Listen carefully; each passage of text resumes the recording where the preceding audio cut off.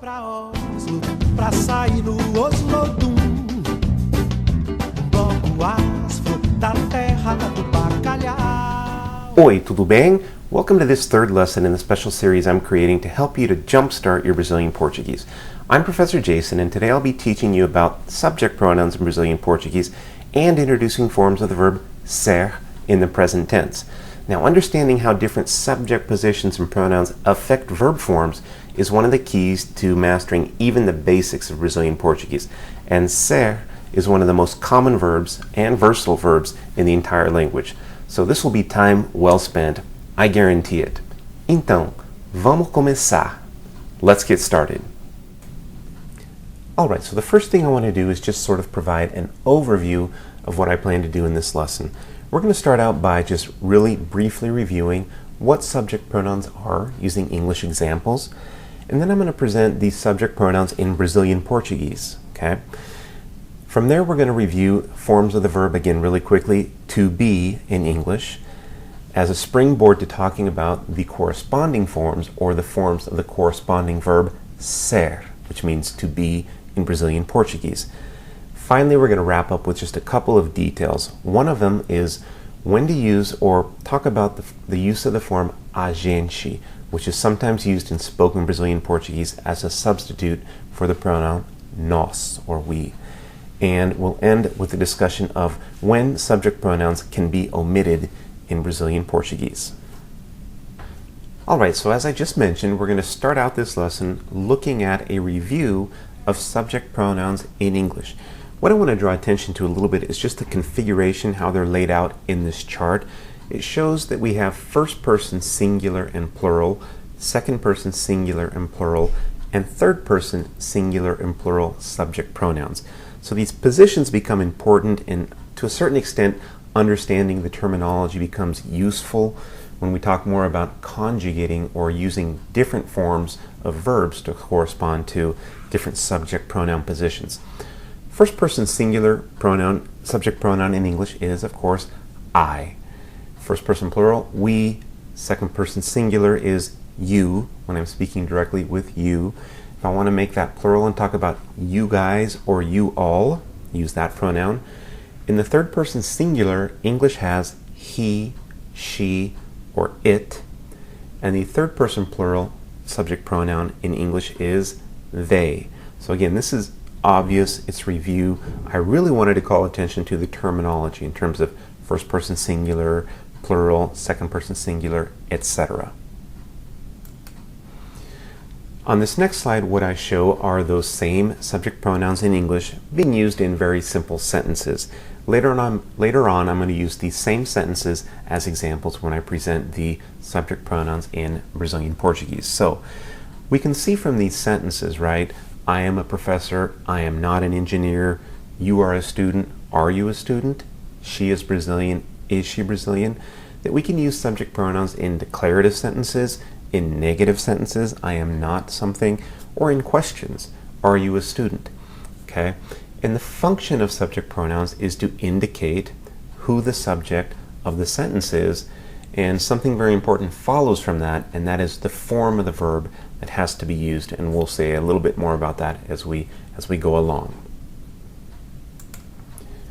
So on this slide, what we see now are, as promised, the subject pronouns in Brazilian Portuguese. You can see that I've used the same chart or configuration to display these. So we have first person singular and plural, second person singular plural, third person singular plural positions, right? The equivalent of the first person singular plural I in English in Portuguese is eu. Eu. And I'm just going to pronounce these a couple times so maybe you can follow along and try to pronounce them. I is eu. First person plural, or we in Brazilian Portuguese, is nós. Nós. Second person singular, you, in Brazilian Portuguese is usually você. Você is you. The plural, you guys or you all, second person plural, is vocês. Vocês. So singular you is você. Plural you is vocês. Third person singular, we have he, ele, or she, ela, and note the difference in pronunciation of the initial E. Ele, ela, ele, ela. That difference in pronunciation carries over to the third person plural, or they. Eles, elas, eles, elas. What we have here, the way this works is that if we are talking about they as being a group of all men, all boys, or of mixed gender, but at least one man or boy, we use the masculine form, eles. If the group is all women or girls, we use elas. So that's an important thing to point out when you're talking about subject pronouns, at least the third person, is that they agree in gender. We have the third person singular masculine, ele, he, or third person singular feminine, she, ela. Okay, ele, ela, plural, eles, elas. All right, now I just want to speak really briefly about the pronouns tu and vós, which do appear quite a bit in Peninsular or Portuguese from Portugal, but are not as common in Portuguese, in Brazilian Portuguese.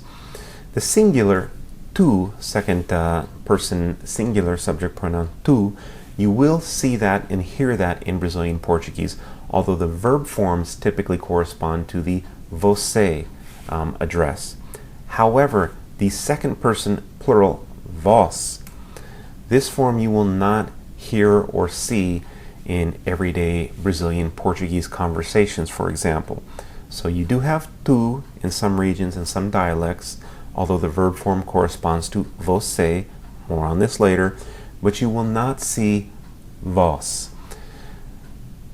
In other words, looking at this final configuration of the subject pronouns, I've included tu along with você in the second person singular, but in terms of you all or you guys, you're only going to see or hear vocês in Brazilian Portuguese. So this is sort of the final chart that you should memorize or keep in mind in terms of subject pronouns in Brazilian Portuguese. Now to look at those same subject pronouns in the same example sentences. So I am a professor, eu sou professor. I am not an engineer, eu não sou engenheiro. Eu não sou engenheiro. We are friends, first person plural, we. Nós somos amigos. You are a student. Você é estudante. Are you a student? Você é estudante. Vocês são muito inteligentes. You are. You guys are. You all are. Vocês são muito inteligentes. He is conservative. Ele é conservador. Ele é conservador. She is Brazilian. Ela é brasileira. Is she Brazilian? Ela é brasileira. Is she Brazilian? Ela é brasileira. They, meaning the men, the boys, those guys, they, eles são altos. They, if we're talking about just a group of women or girls, elas são altas. Elas são altas. Elas são altas.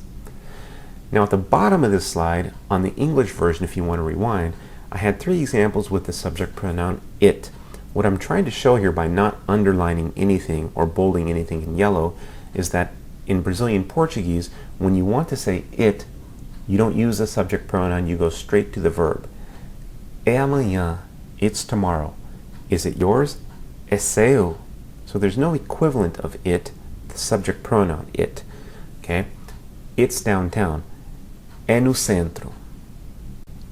Okay, so having covered the subject pronouns in English and in Brazilian Portuguese, we're going to shift gears and talk a little bit about forms of the verb to be in both languages with a quick review of them in English that you can see on this slide here, right? Obviously, we're looking at the exact same examples just for the sake of simplicity, and I've underlined and bolded the forms of the verb to be in English.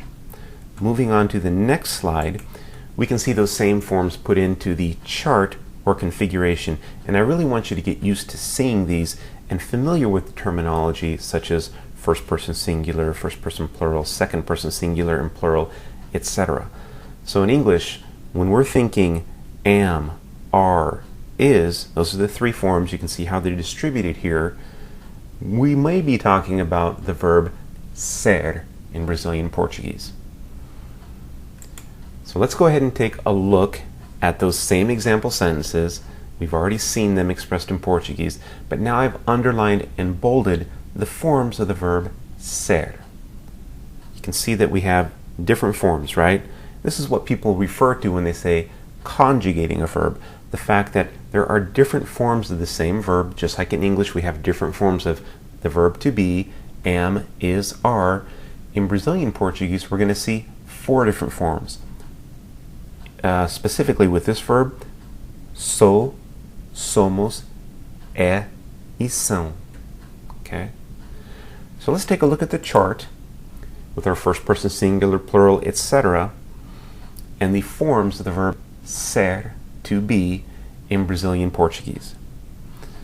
First person singular, eu, form is sou. Eu sou, I am. First person plural, we, nós, right?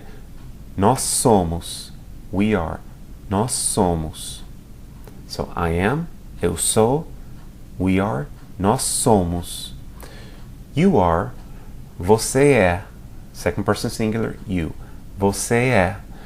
Remember a few minutes ago I said the pronoun tu is used in certain parts of Brazil, certain regions, certain registers and dialects, but that the form, the verb form, corresponds to the você form. This is what I meant. In most places in Brazil, when they use the pronoun tu, they'll still use the form of the verb that corresponds with você and the third person singular. So, tu é. Você é, tu é. Second person plural, vocês, form of the verb ser, is são. That's that nasal if you want to go back to the previous video on pronunciation. Vocês são. Vocês são. Third person singular, he or she, ele é, ela é. And then for they, whether it's masculine or feminine, eles or elas, the form is são. Eles são. So again, if you look at this chart, there are 6 positions, but there really are only 4 forms of the verb ser, or any other verb in any other tense in Brazilian Portuguese. So just so you can see how these 6 positions translate to 4 forms, let's look at one final chart. This shows very clearly that even though we have a first, second, and third, singular and plural, 6 positions, in all practicality there are only 4 forms of verbs in any tense in Brazilian Portuguese. Sou, somos, é, e são in this case, the case of the verb ser. Now we've already presented the subject pronouns, reviewed them in English, presented them in Portuguese. We've looked at the verb to be and ser, their uses and forms. I'm going to finish up with just a couple details. The first of these, as we can see on this slide, has to do with the use of the form a gente. A gente. Instead of the third person plural equivalent of we, which is nós. So in speech in Brazilian Portuguese, that first person plural pronoun nós is often replaced by the form a gente, as you can see in these sort of contrived examples, right? And at this point I have to use very simple examples, all right? A gente mora perto. A gente mora perto. So the translation of this, what the person is actually saying is we. We live close by. But in Brazilian Portuguese, many times, instead of saying nós moramos perto, people say a gente. A gente canta bem. A gente canta bem, meaning we sing well. Or a gente gosta desse filme. We like that movie. So what you need to notice is that although a gente refers to a plural subject, we, the verb form used corresponds, or the verb forms used correspond to those of the third person singular. Ele or ela. And finally, I don't think any presentation, even a basic presentation on the use of subject pronouns in Brazilian Portuguese would be complete without talking about the fact that sometimes speakers of Brazilian Portuguese omit the certain subject pronouns.